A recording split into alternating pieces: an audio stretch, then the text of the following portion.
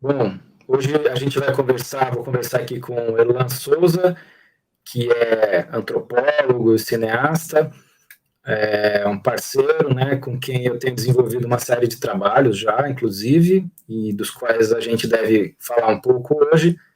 Erlan, obrigado por ter aceito o convite, né? A gente conversou um pouco antes, é uma série de entrevistas que eu tenho feito com cineastas que têm filmado a Amazônia recentemente, né? Principalmente pessoas ligadas ao campo do documentário, que têm feito produções na Amazônia e que vivem na Amazônia, vivem na região também. E hoje a gente vai bater um papo aí sobre a sua trajetória recente, sobre essa tua experiência com cinema na Amazônia. Acho que para começar, você podia contar um pouco da sua chegada no campo do cinema, do audiovisual, que eu sei que você vem de uma experiência com fotografia anterior, né? E estudos no campo da antropologia. Conta um pouco como é que esse teu background, esse teu histórico aí de fotografia e antropologia vão pavimentando um pouco o caminho para você chegar na produção audiovisual, na produção de cinema, que nos últimos anos você tem se dedicado a ela. Obrigado pelo convite, Gustavo. Eu costumo dizer assim que eu não encontrei o audiovisual que me encontrou. Eu vinha de uma experiência estava fazendo pós-graduação em antropologia e já fotografava já há muitos anos. E minha primeira experiência significativa que eu tive foi na Fiocruz, com um projeto em antropologia visual, com remanescentes de quilombos na Amazônia Paraense.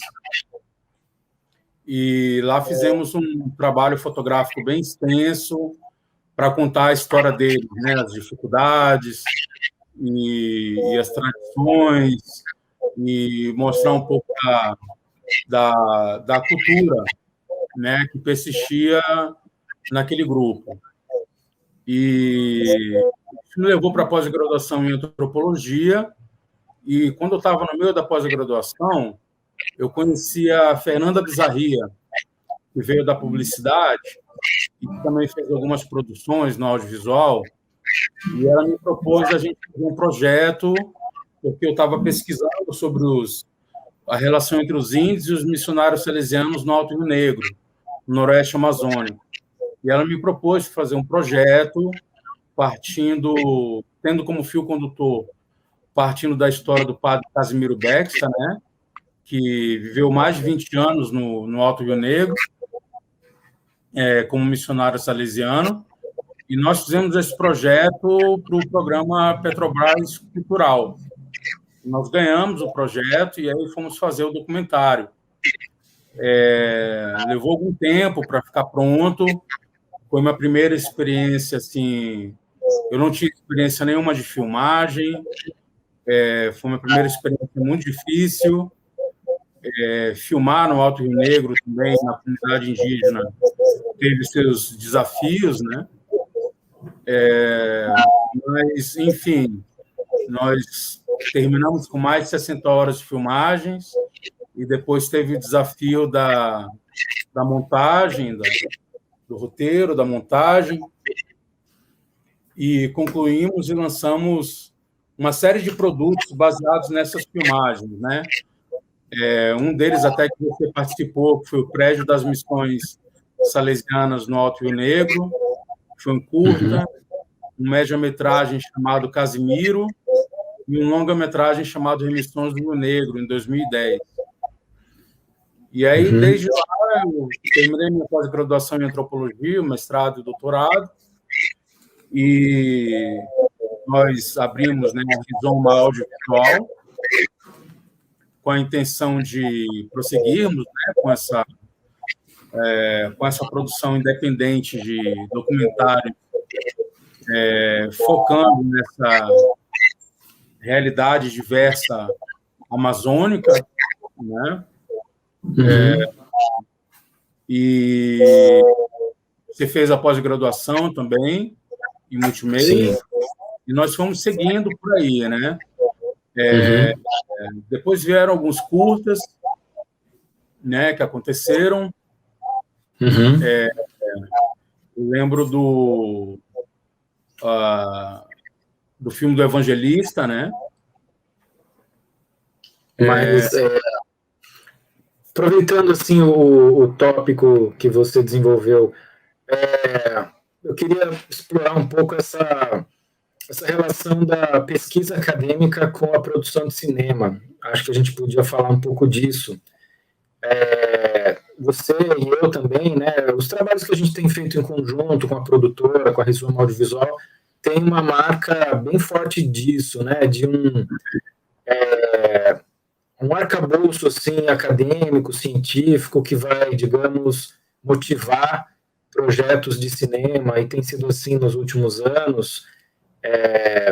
Conta um pouco assim, e esse projeto que você relacionou aí que não é só um filme, né, mas que gerou vários produtos dessa ida a campo para o Alto Rio Negro e filmar 60 horas de material que geraram vários produtos, né?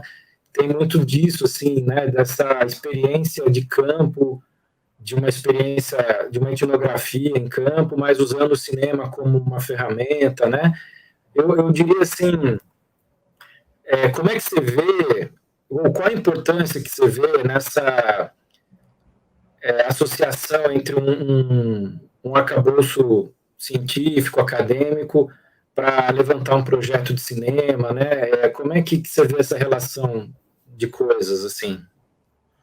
Eu acho que o conhecimento etnológico sempre contribuiu muito para a realização dos projetos, né?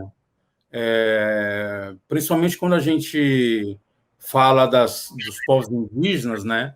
E nós já fizemos e estamos envolvidos com produções que envolvem grupos indígenas da Amazônia brasileira.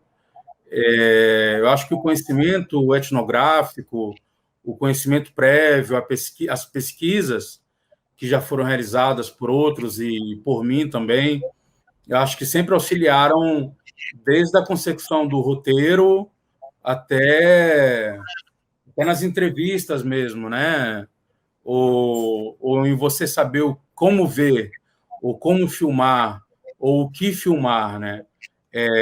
Baseado no conhecimento dessa cultura outra, né? Dessa outra cosmologia, dessa outra visão de mundo. Então, acho que o conhecimento tecnológico, conhecimento acadêmico sempre contribuiu enormemente para os nossos projetos, né? E a experiência anterior com fotografia, assim, você fotografou fora do país, em alguns lugares de conflito, fotografou culturas que não são as culturas que a gente encontra no país aqui, fotografou outras realidades, né? Teve uma experiência fora do país, e como é que você vê essa passagem de um olhar fotográfico desse mundo das imagens estáticas para o mundo da filmagem, das imagens em movimento, da filmagem para cinema, né? O que você pode falar disso? Eu diria assim que a passagem da fotografia, como você fala, a imagem estática para a imagem em movimento, é uma passagem que não é simples, não é nem um pouco simples, chega a ser, em alguns momentos, um desafio, pode chegar a ser complicado. Para mim, ainda continua sendo um desafio. Eu posso dizer que eu tinha uma segurança estabelecida já na fotografia, né? Em 2005, eu tive a oportunidade de realizar uma viagem ao Oriente Médio e pude fotografar questões de etnia, violência, conflitos sociais, ambiente de guerra e questões desse tipo, né? E ter um olhar inovador sobre tentando ser inovador sobre essas questões, né? Mas quando eu me deparei com audiovisual, então era um campo para mim novo, né? A questão da imagem em movimento, como eu poderia fazer essa passagem da imagem estática para a imagem em movimento, porque não era mais questão só de ter um bom ângulo, de ter um bom olhar, era uma questão também de saber contar a história a partir da imagem em movimento, saber contar a história do outro, né? E como isso se plasmava na direção de fotografia. E confesso que é um desafio para mim até hoje. Acho que já conversamos sobre isso até algumas vezes.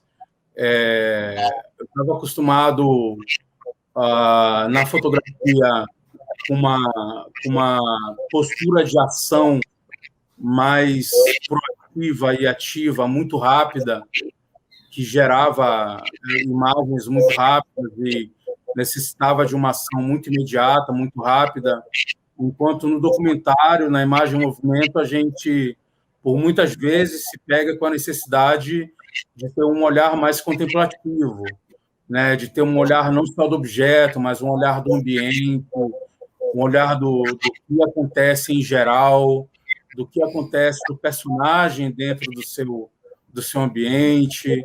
Então, esse campo, né? Esse campo se amplia, esse campo do olhar se amplia, né? Uhum. E também tem outra questão de como deixar a imagem interessante sem que seja esteticamente vulgar, né? Dentro da linha de documentários que a gente se propõe. E durante esse tempo que você ficou fora e o tempo que você estudou, como é que você vê o interesse estrangeiro em relação à Amazônia? Assim, você acha que existe ainda um interesse sobre a Amazônia como um tema, um grande tema, assim, por parte de um público estrangeiro? Ou isso é mais um mito, assim, no qual a gente acredita aqui internamente? Não, existe sim. Existe, com certeza, definitivamente existe um interesse muito grande, mas, por muitas vezes, é um interesse que ainda está carregado de exotismo, né? Uma visão exótica da Amazônia, dos índios da Amazônia, dos povos da Amazônia em geral, né? Que são diversos. Então, existe um olhar carregado de exotismo, carregado de conceitos pré-estabelecidos, né? Coisas que nós já escutamos, como o tapete verde, o rio-mar, os povos tradicionais ancestrais, ainda vistos como primitivos, como selvagens. Então, ainda existem algumas visões que são culturalmente anacrônicas, diria, da Amazônia e desses povos, mas definitivamente existe sim um interesse. Inclusive, durante a pós-graduação, tive a oportunidade de estar na Espanha e na França,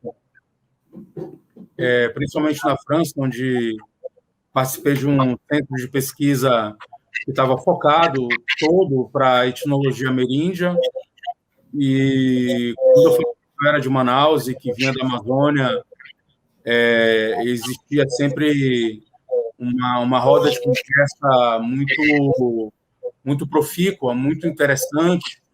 Eu não era uma pessoa que não era considerado uma pessoa que estava olhando de fora, e sim uma pessoa como se estivesse olhando de dentro, sem que eles soubessem realmente que, mesmo sendo de Manaus, o nosso olhar muitas vezes é de fora, né? Porque Manaus está um pouco... É uma capital, é uma grande cidade, né? Então está um pouco distante da realidade dos diversos grupos étnicos, né, que vivem na Amazônia, né? Então, eu também tive que aprender a ter esse exercício antropológico e voltar o meu olhar sem exotismo, sem etnocentrismo, para esses povos, para esses grupos, né? E você já citou os filmes feitos no Alto Rio Negro, naquela ocasião da filmagem, que o principal produto era o Remissões do Rio Negro, né? Mas tem outros, como você já lembrou. e que é uma situação assim de encontro entre culturas, né? É um trabalho que circulou, né, o Remissões do Rio Negro por alguns festivais e tal, e depois, para além dessa experiência, assim, eu diria, você que estudou no doutorado a questão dos índios na cidade, né, e acho que esse é um tema importante que a gente tem trabalhado, né, na produtora e no núcleo criativo que a gente conduz, que é essa situação de pensar a Amazônia e seus povos originários, ancestrais, tradicionais, na modernidade, né? Essa relação de coisas assim. E eu acho que isso é bem uma coisa onde uma certa configuração de coisas só se dá em Manaus, né? Diferente de outras capitais da Amazônia, onde a presença indígena se dá em outros termos, né? Porque por uma série de fatores históricos, né? De contextos históricos e tal, né?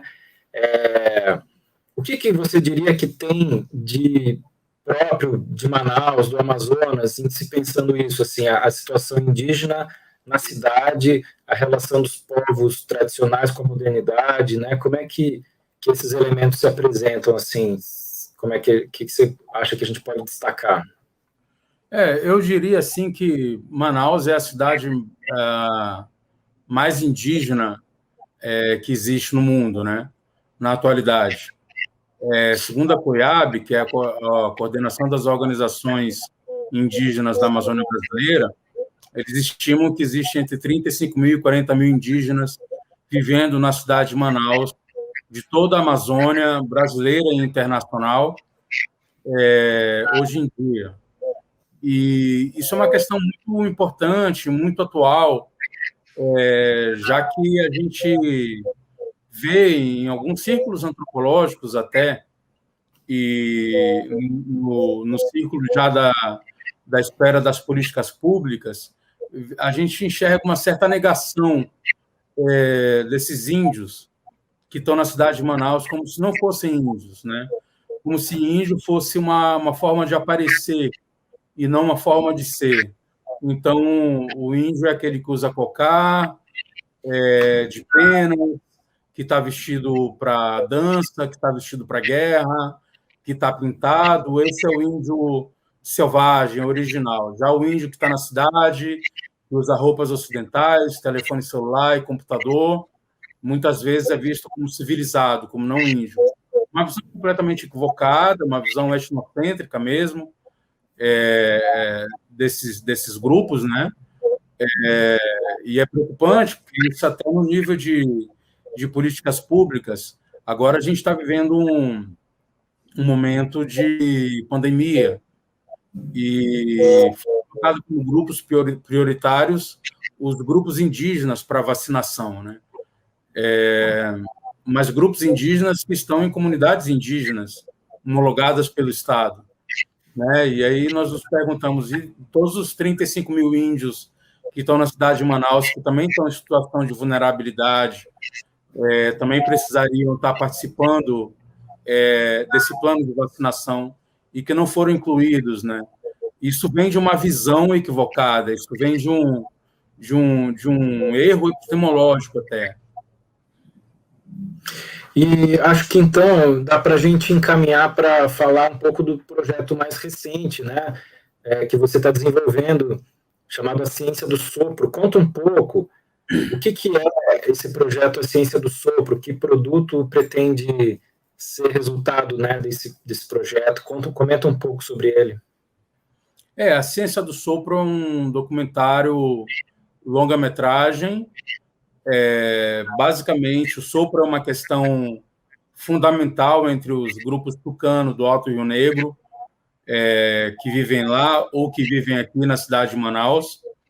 E o que é o sopro, né? É o sopro da vida, o sopro que deu a vida, mas que também é visto como um mecanismo de cura, um mecanismo que leva ao tratamento de enfermidades e à cura. O que é o sopro, chamado pelos tucanos de Bacessé?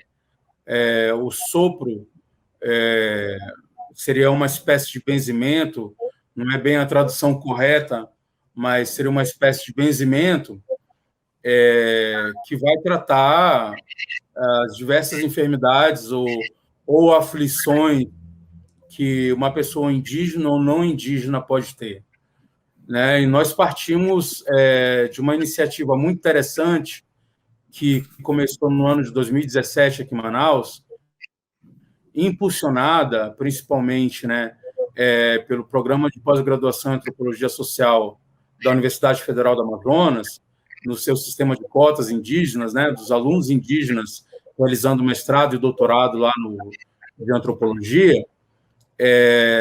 Então, eles se reuniram e, com o apoio do Núcleo de Estudos da Amazônia Indígena, eles criaram o primeiro centro de medicina indígena em Manaus, que funciona no centro histórico da cidade, na rua que é considerada a rua mais antiga da cidade.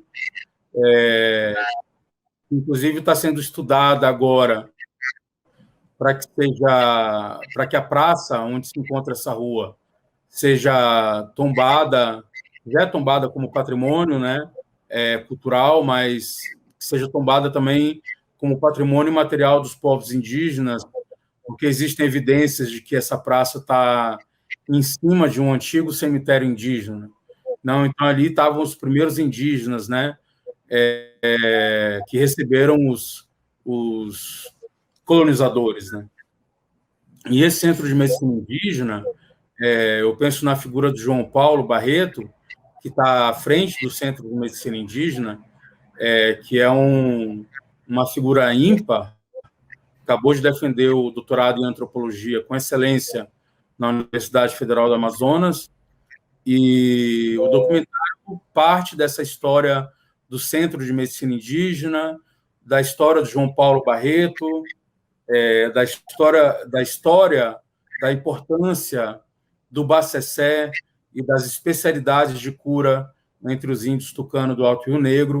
O documentário vai contar um pouco dessa história e se aprofundar um pouco mais em como os índios enxergam, como eles veem nos próprios termos deles, essa relação, né, dos chamados pajés, que são os especialistas de cura, os cumus, né, e o que é o sopro, e qual é a relação do sopro, do bacessé, com a cultura, com a sociedade indígena.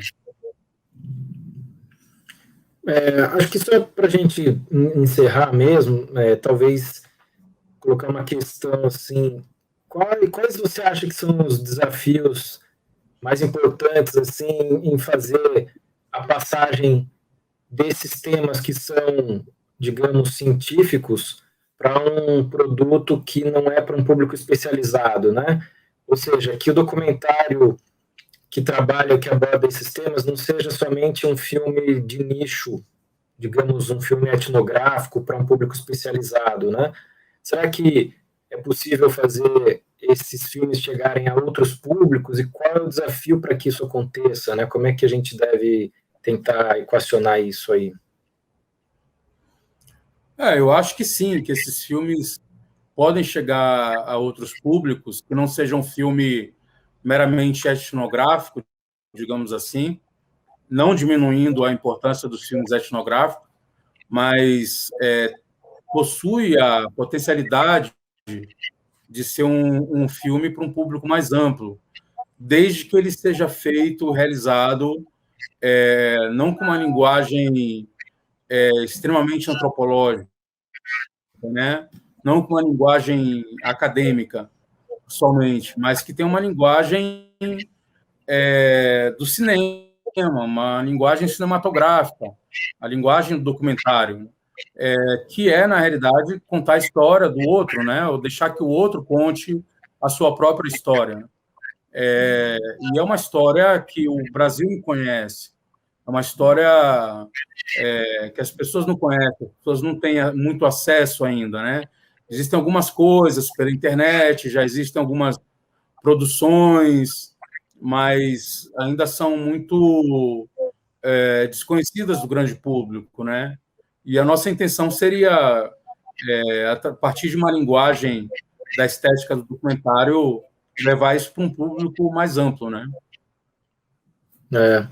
Legal, eu acho que tem exemplos, né, no Brasil recentemente, assim, falando. Eu lembro do caso do Luiz Bolognese, né, que tem o Ex-Pajé, o filme de 2018, feito com os Paetê Suruí ali, do sul de Rondônia, do norte do Mato Grosso, e agora o filme novo dele que estreou esse ano em Berlim, né, acabou de passar, mas o festival ainda não teve sessões abertas a público mais amplo, né, só para críticos e a comissão julgadora e tal, que é o filme A Última Floresta, né, feito com o Davi Kopenawa, com o Zé Numami, né, é um pouco um exemplo para isso, assim, né, de um tema especializado, mas cuja proposta é justamente, a partir da linguagem do cinema, abordar isso com todo esse compromisso, digamos, né, de esforço colaborativo, né, de quem vem fazer o filme, conjuntamente com esses povos que são objeto do filme, né, ou que são retratados, e parece que esse filme leva isso até um passo além, né, de colaboração, porque o filme é assinado pelo Luiz Bolognese em parceria com o Davi Kopenawa, né? Sim. Eu só vi o trailer, né, mas vamos ver, espero poder ver em breve. Eu acho que essa linha, pelo menos no meu caso, mas essa linha que separa o universo acadêmico, etnológico, etnográfico do cinema, pode ser uma linha muito fina, mas também pode ser uma barreira grande.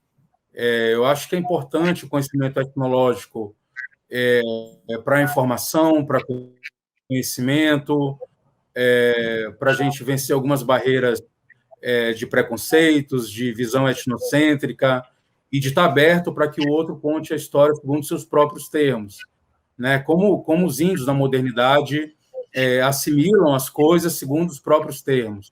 Eu acho que é importante nesse aspecto, mas em se tratando de produção audiovisual, realmente tem que se seguir uma estética do cinema, do documentário, né?